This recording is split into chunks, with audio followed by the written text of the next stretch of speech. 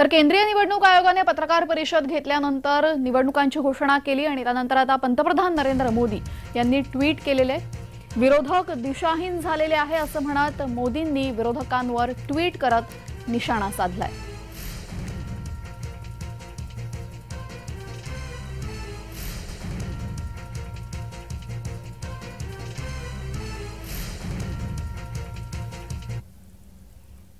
तर काय म्हणालेत पंतप्रधान नरेंद्र मोदी पाहूयात। लोकसभा निवडणुकीच्या तारखा जाहीर झाल्या आहेत। भाजपा एनडीए निवडणुकीसाठी पूर्णपणे तयार आहेत।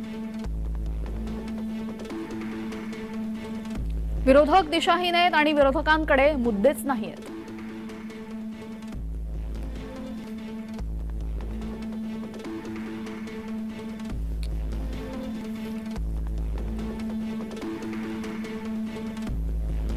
पंतप्रधान नरेंद्र मोदी यांनी ट्विट करत विरोधकांवर निशाणा साधलाय। त्यांच्याकडे कोणतेही मुद्दे नाहीयेत आणि ते दिशाहीन असल्याचं मोदींनी म्हटलंय।